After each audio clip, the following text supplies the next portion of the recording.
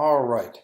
This is Dave Gagnon. This is the Dave Gagnon expansion meeting, and it is, don't even know what day it is here. Help me out here, the 22nd of August. All right, let me jump into this. I have two topics that I want to cover today. The first is I've had a couple of people chatting with me that they were talking to folks doing a large number of deals, and when they did the analysis, it didn't seem that the numbers, worked in their favor, comparing where they were at with the EXP model. And so I thought I would address that here today. So first of all, we have five pillars, right? The five things that we talk about, and that's technology. And so with the technology, the thing I focus on is the lead generation side using KV Core. And so KV Core for an individual agent and those types of services typically are $500 to $1,500. And here it's included in the tech fee. And so if I'm talking to an agent and they're using a tool like that, or they would use a tool like that if they could afford it, that's typically a $6,000 savings. If someone's running a team, our team platform is $399 a month, and they could be paying $1,500 a month. That would be an $1,100 difference, which works out to be about $13,000 a year if they were to use our platform instead of the more expensive platform. And so that's got to be part of the conversation, right? The second thing I talk about is our education platform, and that is dependent on the agent I'm talking to, whether they're looking for more basic training, right, script scrimmage, tactics, strategies, lead generation, lead conversion, those kind of things, or whether I'm talking to a more seasoned agent and we're talking about collaborating with other icons and sharing at a much higher level. And then there's the financial model. So on the financial model is where we're talking about the 80-20 split, and there's no royalty, right? So if it's someone who's at the old-fashioned brokerages, which would be, the Realogy brands, Century 21, ERA, other brands like Berkshire Hathaway, there's a royalty that never goes away. So those royalties typically are 6%. I think Century 21 is now 8% in a lot of areas, and that never goes away. So if someone's doing 200,000 of GCI, they could be paying, 16,000 in royalty. Well, we have no royalty. If they're with a company like KW has a 6% royalty that caps at $3,000 a year. So that's either 6% if they're a lower producer, or 3,000 if they're doing $50,000 or more GCI. And so that's a number that they don't pay here, right? And then we have the split. And so our split being 80-20. If we're competing in an old-fashioned model, then in some areas of the country there's still 50-50, with a little bit more competitive 60-40. If they're a higher producer, maybe they have 80-20, but there's no cap, right? So you could be talking to someone who's paying 20% and they're doing, let's say, 200,000, they're paying 40,000. So with us it's 80-20, but they're paying a cap of 16. And then I'm going to circle back around to that fee structure, right? So with us, once someone's capped, they're at 100%, still no royalty, a $250 capped transaction fee on the next 20 deals, and then it goes to $75 per deal after that, right? And then we have the equity model, which has three separate conversations. One is the awards, right? So getting an award for doing their first deal every year, getting an award for capping each year, getting an award every time you bring someone on board based on them doing their first sale at EXP. And so you have that as a benefit. And then you have the ability to be in the stock purchase program, which means you can put 5% of your gross income aside every check during the month, and then at the end of the month, you're buying EXP stock at a 20% discount as it relates to its sale price on the last business day of the month. And so, looking at being able to purchase it at a 20% lower number than what you could purchase it, publicly traded, has some great value, right? And then there's the Icon stock bonus program, and that's triggered on paying my cap of 16, paying $5,000 in cap transaction fees or more, right? And being willing to give back in the cloud office 1 hour per month. And I can do that by serving on a committee and sharing my successes. I could teach a class, or I could serve on a committee to help make the company better. And the bonus is a total of $16,000 worth of stock. It's $12,000 worth of stock for hitting the achievement and going through the vetting committee process.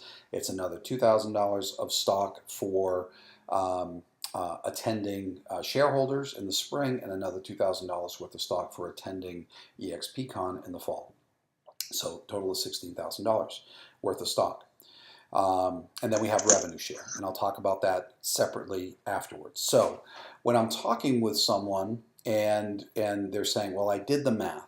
I do 75 transactions a year, and so I do the math, and it doesn't seem to make sense for me to make the move over. So I'm just going to jump on here, and I'm just going to pull up, I hope, a calculator. Maybe I can do it right on this screen.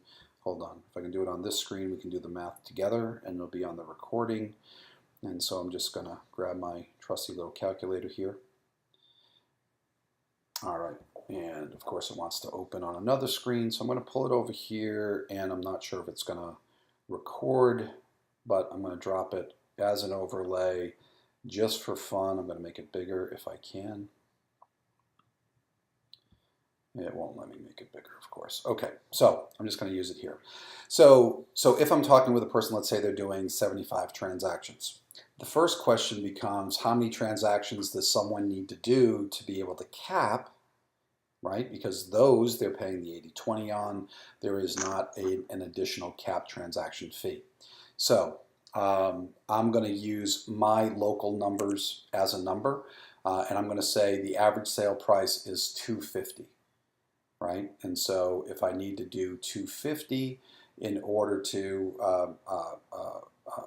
cap, right? So that means, and so I'm just going to do it here on the screen. So if $250 is my sale price, and the average commission here in my market is 0.205, which, and that's on a side, right, working with a buyer or seller. And so it's different across the country. Average sale price is different. I'm just giving you the methodology to work through this. And so that means the average commission is $62.50, and I need to do $80,000 in order to cap, right? So I am just going to go 80,000 is my gross commission to cap. And then I'm going to divide that by 6250. That's going to tell me how many deals it'll take me to cap in my part of the country. So that's 12.8 deals. I'm going to call that 13 deals, if you guys are okay with that. And so let's just keep track of that. So that's 13 deals. We're talking to an agent who does 75 deals, and I'm going to subtract 13 deals from that. And that means that we have 62 deals left. And so they're going to pay $250 cap transaction fee on their next 20 deals. So I know that's $5,000, right? 250 times 20 deals is $5,000. That's going to bring them to icon status. And I know that's 20 deals. So I'm going to subtract 20 deals out of the 62 deals. That leaves me 42 more transactions for this person, and they're going to pay $75 per transaction. So I'm going to go times $75 equals, that's $31.50 more. right? So 3150. I'm going to add that to the $5,000 of cap transaction fees that we know for them becoming an icon. And that means that they're paying a total of 8150 plus they're paying a cap of 16,000. All right, so I'm going to go plus 16,000. And so that's a total of 24,150 for an agent doing 75 transactions. Okay. And so let's say someone is in a, so with KW, Will we be able to see your screen? you cannot see my screen here. I'm doing it on my screen and I'm recording it. So when I upload it later today, you guys will be able to see it there. Dave, quick question. Sure. On those transactions where you calculated the $75 transaction fee, are you also $5 broker review fee into that as well? I'm just walking you guys through the methodology, right? Okay. So add in whatever metrics you need to do in there. So here's the thing where you guys have got to be really on it, right? Is so let's say I'm talking to someone. Let's make it as simple as talking to someone at a KW, right? And the only reason why I talk about KW is that's, I spent 7 years there, so I know the system really well. And so there's, let's say, 900 market centers. There are a few that are owned by the same ownership group, but for the most part, they are owned by, let's say, 800 different ownership groups. And so they have different caps, they have different fee structures, they have different services in each market center, right? There's the basic KW model, and then there's what that ownership group does. There are things that they have to do because they're part of KW, and there are other things that they can do because they're an independently owned franchise group. So, and some of them do things that are outside of the KW model. So I can't talk to all the things, right? But, and if you're trying to grow your revenue share group all over the country, you have got to be very, very smart and keep very good notes to keep track of everything, right? So let me give you some examples. So with us, we have a $25 broker review fee on all deals. We have E&O, which is $40 per deal up to $500 each year, right? And so in different market centers, the E&O fee can vary widely, right? It could be $500 and it's paid at the beginning of the year. It could be a monthly number that's paid regardless how many deals you do. It could be a per deal number with no cap. It could be a per deal number with a cap. And so you can't just make these broad assumptions because it's under the umbrella of KW. You need to know how it works there. And many people that I talk with don't know how it works.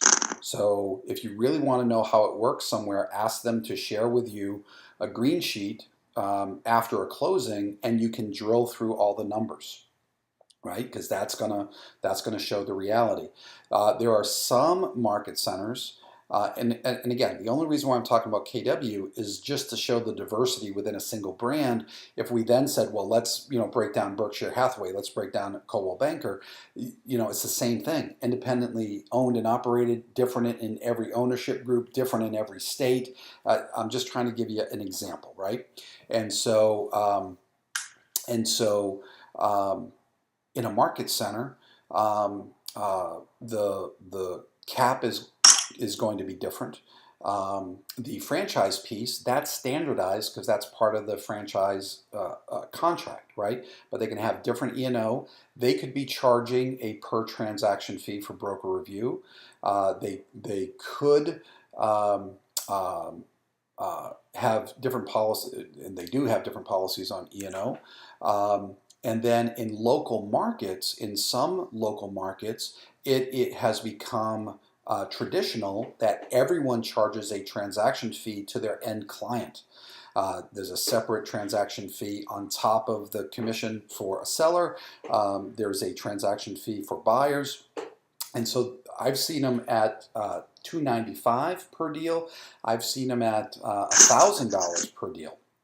And these are additional fees that become traditional in a local marketplace, regardless of what the brand is, right? And so it's another revenue source that some brokerages have added in or agents have added in, and you have the ability to do that too as part of your fee structure, right? And so it's just part of revenue. And so you need to look at all of our fees and all of their fees, but you need to look at all revenue opportunities also, right? So if I were doing this analysis on someone, and so let's say, so there are some KW market centers that I know of that their cap is over $50,000. There are others, and it's fairly common in lower price point markets where the cap is $18,000. So there's a cap of 18. There's royalty on top of that. So 18 plus 3 is 21. And so it's very common in more competitive marketplaces that those market centers are 21. And so if this agent was doing 75 transactions and they said, well, with you I'm paying 24, with them I'm paying 21, it doesn't make any sense to me. That's just taking one of the pillars and doing an apples to apples and saying it doesn't make sense for me. The reality of it is the apples to apples comparison isn't on one pillar versus one area. It's got to be on the total opportunity here versus the total opportunity there. And so you got to take all the pillars into account to the degree that it applies to that agent. So for example, if this particular agent was running their own individual conversion account today for $500 a month, and they came over here, our tech fee is 50 plus 35, so 85. Their tech fee in their market center might be 70, 75, 90. I've seen it as high as $110, depending on what the market center has decided to make everybody buy. And so you take the cost of what they're paying conversion, $500 a month, or I've seen some conversions selling for more than that too. Take all of their tech fees, take our tech fees, do the math and say boom, boom, boom. So if you come over here, it's a, let's say $4,000 savings or a $5,000 savings. And that has got to be factored into that difference. If they're running a team platform with Boomtown or Tiger Leads or KV Core or whatever, and they're paying $1,500 a month, with us it's going to be $400 a month, right? Do the math, figure it out. Maybe it's a $10,000 savings, maybe it's a $13,000 savings, depending on, again, all the details that affect them. If it's someone who's not using any lead generation tools and all of their sales are based on Personal Sphere or another methodology that they're doing, then they're not going to be saving any money on the tech that we're providing, and so it's not going to apply for them, right? So this is all got to be customized. And so, and then you look at the education, for us, it's all included. For them, maybe it's all included. So that's a wash. Then we talk about the fourth pillar, which is the equity. And on the equity side, someone doing this volume, they're going to get the bonus for doing their first sale. They're going to get the bonus for capping. And they're going to get the icon bonus, right? And so you do the math on that. And so if they're paying us $24,150 and they're receiving back $16,000 worth of stock, what is that worth? Now, I don't know if the stock's going to go up. I don't know if the stock's going to go down. But let's say it just stays the same. $16,000 worth of stock changes that $24,000 number a ton. Does that make sense? And then we have the revenue share side. And so if this, Dave, quick question about the stock. yes, I get the idea that we have no clue what the future is going to bring a price. But is there any way to give like a rosy picture of the stock price nope, without? nope. No, Okay. so let's talk about houses. What's an investment property go for in your area, Darren? It runs the gamut, but say 500. 500,000. That's going to buy me a cash flow positive two-family. It could, yeah, definitely. Okay, fine. And so, can you guarantee to me that I can get higher rents next year? Definitely not. Okay. I get that. I just thought that it might be like a way Nope, without nope, crossing the line. Nope. Can you guarantee to me that the property valuation will go up and I can make money if I sell it next year? Yeah, definitely not. No. Okay. So Got it. stock Thank you. stock is a commodity, right? And Yeah. so the price is dictated by what? It's what people are willing to pay for it and what people are willing to sell it for. And so if I own one share and I say, I don't want to sell it, and you say, well, Dave, I really want to buy it. I'll give you $1. And I say, no, I don't want to sell it for $1. And you say, well, I'll give you $2. And I say, well, holy cow, if you're willing to give me $2, I think that's a sucker bet. I'll sell it. Well, we just established the price of that stock is $2. Does that make sense? Yeah, totally. Okay. And then if I said, ooh, I shouldn't have sold it, will you sell it back to me? And you go, nope. I said, well, come on, I'll give you $3. I really want it back. And you say, nope. I said, I'll give you $5. And you say, okay. Well, now we established the value of the stock is $5. Did the value of the underlying assets of whatever that stock is tied to, did that change? No, but it just bounced wildly based on two people, trying to negotiate an exchange of value. Does that make sense? Yeah, totally. Okay. So when you look at companies that have a lot of stock changing hands on a daily basis, and if you go in and you watch that stock on your account, you'll see it bounce, this trade, up and down. And these are people, doing the same thing. I want to buy some. Well, I don't want to sell it. Well, I'm willing to pay this. Okay, for that number, I'll sell it. And it goes, ebbs and flows. And then we look at the end of each day, what is that stock doing? And it's like, oh, it's up a little bit or it's down a little bit. There are people that could be trading throughout the day, making and losing a lot of money on the actual trades. And we are only looking at something and where did it close every day. And so you don't know if the stock's going to go up tomorrow. You do not know if it's going to go down.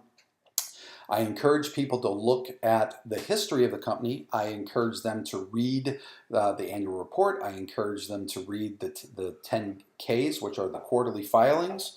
And if there are independent reviews of the opportunity of the company that I find, I'll share those too. And it's up to them to do their due diligence. However, if someone is doing real estate brokerage with a broker and they are paying them X number and they are getting no valuation in that company, and they come here and they do the same production and they're getting $16,000 worth of stock, that's $16,000 worth of stock in today's value. Whether it goes up or down, it's more value than what they're currently getting at their old brokerage. Does that make sense? Yes, definitely. Now, I got to tell you, there are people who have been here for a year or 2 or 3 who are Icon agents. And if you look back and let's say someone got $16,000 worth of stock when it was trading at $4, they got 4,000 shares of stock. At some point here in the recent past, it was trading at $10. if they were to have sold it at $10, $4,000, 4,000 shares of stock at $10 is $40,000. That would be crazy good, right? Well, I don't know if the stock's going to go up like that again here tomorrow, or if it's going to go down. What I do know is getting some stock just for doing your job is better than getting no stock for doing your job. Does that make sense? So, Dave, my quick math on the 75 transaction guy is his cost if he's a solo agent is $27,565 in costs. That's including the $16K, the $5,000 in transaction fees, $3,200 in the 42 transactions, broker reviews, $1,875, E&O's $500. So you add all that up, you got $27,565 based on a 16,000 agent count. He would get 25 shares of stock for his first transaction and 50 shares of stock for capping. So based on $15 stock valuation, which it is today, is $11.25 plus the 16 that he would get from reaching icon status, which would put him at $17,000 in stock. So really his cost is $10,000 after his first year. Now the challenge comes into is whether or not there's team members and all that. But the solo agent doing 75 transactions would basically have a net cost of $10,000, and that's a huge win for most guys. And so they don't look at the bonus structure, and they'll go, well, my Keller Williams cost me $22,000 at Keller Williams, so this is $5,000 more expensive, and then that's when you've got to kind of go in and have the conversations about what is Keller giving them on the backside. Right. Yeah. Really, really good point, Rick. And thank you so much for drilling down on all the details in the background there. And you notice that I haven't spoken about revenue share, right? The fifth pillar. And so everything we talked about is an agent in production doing a great job. Where is it better for them? And so if you don't feel comfortable walking through, the entire math scenario, and by the way, I mean, this can be a 1 hour face-to-face meeting. This could be a couple hours, right? This is not bam, bam, bam, bam. You're helping a business partner analyze business opportunity. And to me, it's worth it. And so, so when I'm talking to someone, like let's say I'm talking to Rick, right? And so we did the whole thing. It's obviously a huge benefit to be here. And then I say, well, Rick, we're looking to grow, and there's opportunity in your area. I think people know you, they like you, they trust you.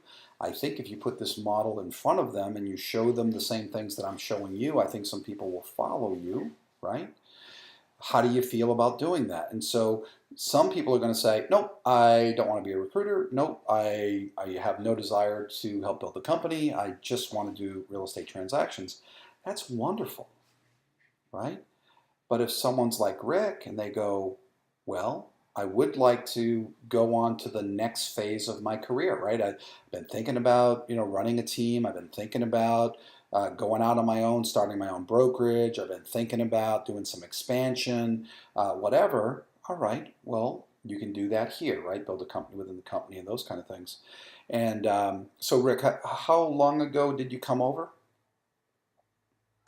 June of 2017. So 14 months ago?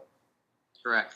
And so I know that you've been very excited about the model and you've been sharing with people. And so how many direct business partners have you brought over in the last 14 months? I have 22 agents that I've personally sponsored. Yep. And then you're a pretty good leader, right? So it's not just about talking to someone and they come over and you leave them alone. You're supporting them. You're helping them with scripting and dialogue. You're helping them with meetings and appointments and having meaningful conversations. And so I know you've been helping some of those folks grow. And I saw your number yesterday. What's your total team number today? My revenue share group's 101. 101. Congratulations. I saw you yesterday or 2 days ago, and you're at 99, right? So Yeah. so hitting that first 100 is a huge milestone, because to me, what it demonstrates, Rick, is it's not just about you. It's not just about getting lucky. It's about building a business unit and supporting those people. So once you get to 100, to me, that's very demonstrative. So first of all, congratulations. 14 months Thank to you. get to 101 people. And just for a shout out, who's your number one business partner, and how big is their group so far?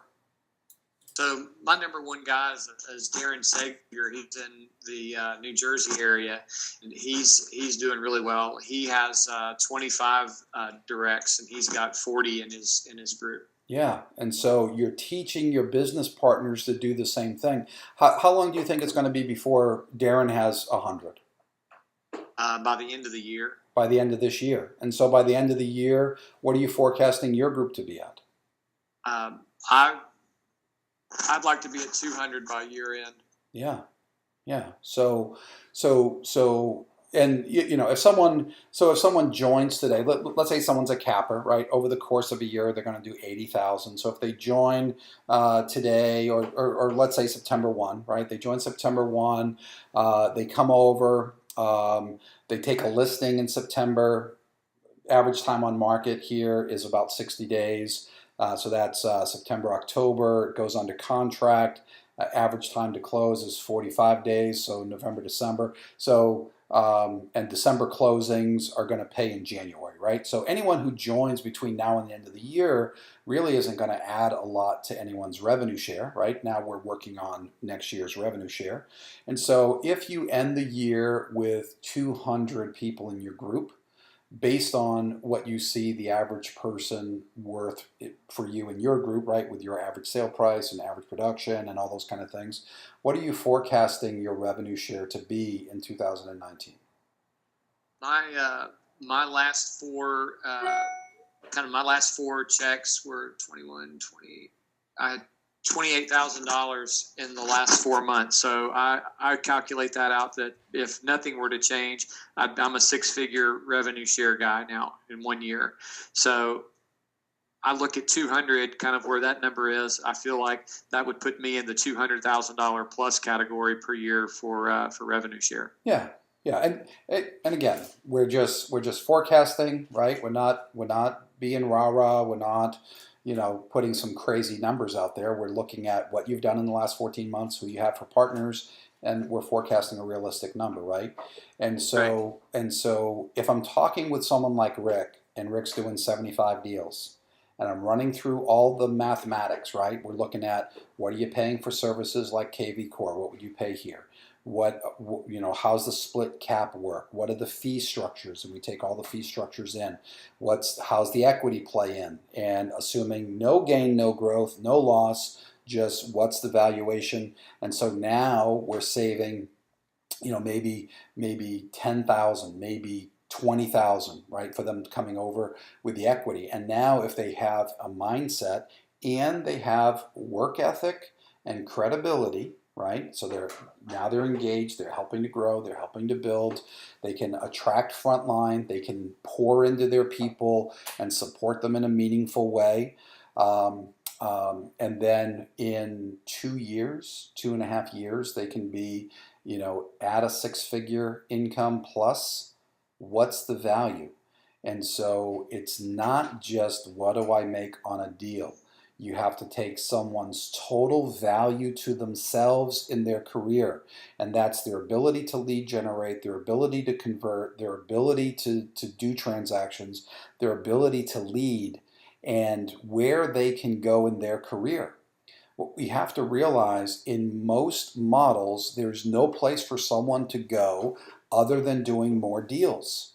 And so for most agents, that's all they're thinking about is, how do I do more deals? And how do I negotiate a better deal for me so I can keep more of my money? And that's all most people are thinking about in our business.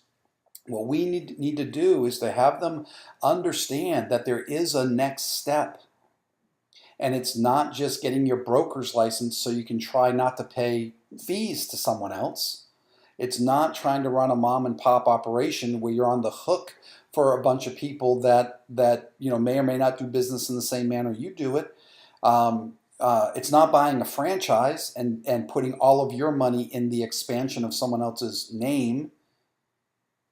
If someone wants to be a leader and they understand the value to agents and they understand how to present what we're doing here, you get a business-minded person in front of me, you get them in front of Rick, you get them in front of your uplines, and if they get it, they'll come.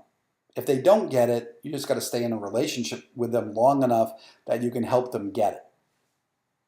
But this opportunity, and look, for me and my family, amazing. But I saw it. I saw this on a Sunday night. I resigned on Monday morning. I put 2.5 hours of Q&A and digging and reading reports into it. And the next morning, I resigned. I saw it. And I did not make a killing my first year or my second year or my third year. It was much harder back then. Today, it's wonderful. It's better than I had hoped. It's as good as I envisioned. But now I can look, and Rick, you're not a direct to me. How far down in my organization are you? I'm third level for you. Third level, right? And then Darren's fourth level, right? And so, Correct. So and Rick, thank you so much for hosting me. I think it was this year. February. And so I got to come to Woodlands. I got to meet your family. I got to break bread with you. I got to meet your team. Amazing. And we were 24 agents, 24 in our downline at that time. 24. And that event we did, I think you had 40 or 50 people in the room. Correct. Right? And I'm coming back for rodeo. You promised me we're going to rodeo. I'm coming back for rodeo. And so we are. And so, when I talk about the opportunity, I talk about people like you, Rick, because I never would have met you. I wouldn't have a business unit in Woodlands, Texas. I wouldn't have friends like you, and I wouldn't have business partners that are, if not as good as me, far better than me. And being able to build it faster with better quality people than I could in my first 14 months. Right? And so to me, that is part of the opportunity that people just don't understand. And sometimes we need to spend more time with folks for them to really, really, really get it, because they don't see it every day. Right? Their broker owner does not want them to want to be a broker owner to become the competition. The old-fashioned models only work by holding people back. Not in production, but in vision, in financial freedom. Because if people don't work for the broker doesn't make money. Here, you don't work for me as a broker. We all work in the same brokerage system, and we all get to build our company within the company to the degree that we have work ethic and talent and credibility. Right? Dave, I don't mean to interrupt. There was an interesting conversation in one of the Facebook groups that I thought was pretty impressive. They talked about the numbers for the brokerages, and for one of them, they anticipated that there was for every 10 agents that joined the company, 7 were going to leave.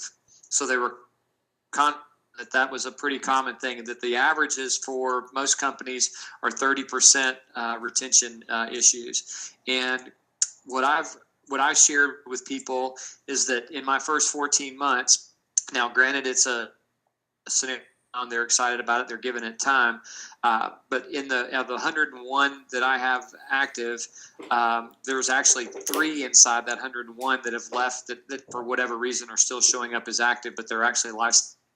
So I look at that as a 3% for my first year, a 3% dropout rate. And in the last 30 days, I've had 19 people join the company, and I've had 0 people leave the company. So when I'm having those conversations with other folks from other companies, I don't know what the dropout rate is with EXP, but I can tell you the enthusiasm level for me is when you go in and you're looking at the numbers on just the agent assigned number. When I came on board, I was 5977.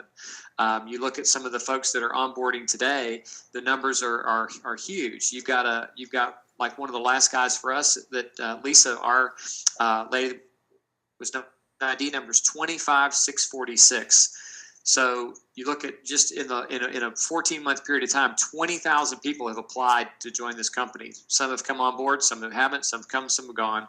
However, you look at what that number signifies is there's a lot of interest in what we're doing, and the conversations that we're having are huge. So it's totally different for people that are coming on board and creating the partnership levels and the enthusiasm today in EXP than you can get anywhere else. And I would encourage people when you're having those conversations to share that the company is building, it's growing. We're not without challenges. At the end of the day, the gains far outweigh the pain. And you have to continue to just and have that conversation, and it should be a part of your weekly time allotment. It should be budgeted in your calendars. Absolutely, really good advice there, Rick. You've had a lot of success building a team, a production team too. Would you mind, whether it's next Wednesday or the Wednesday after, could you and I do a half hour in here and just talk about building a team, best strategies, those kind of things? Sure. I would love that. Okay, Yep. great. Let's talk about that offline, get it locked down. I'd like to do a half hour. I had a second topic today, and obviously we've gone over here. The second topic is to talk about KW and their announcement of starting a virtual brokerage. I'm going to make that a half hour or 45-minute topic for next week. So definitely, get your leaders in here. We're going to talk about that. I'm just going to give you my teaser on it. I think it is the absolute best thing KW ever could have done. In my wildest dreams, I never thought that they would validate that our model is right and the only way for them to expand and make money. And I have some opinions on that I'm going to share next week. And I tell you, it is great times for us, validation of the model, and our model continues to dominate what they're trying to do. So I'm going to get into where I see their holes and their weaknesses and where we should go after them here going into the fall market. I'll talk to you guys soon. Thanks everyone for your questions. Rick, thank you so much for contributing so openly with everyone. I appreciate you. I'll talk to you guys soon. Bye-bye. Have a great day, guys. Thanks, Dave.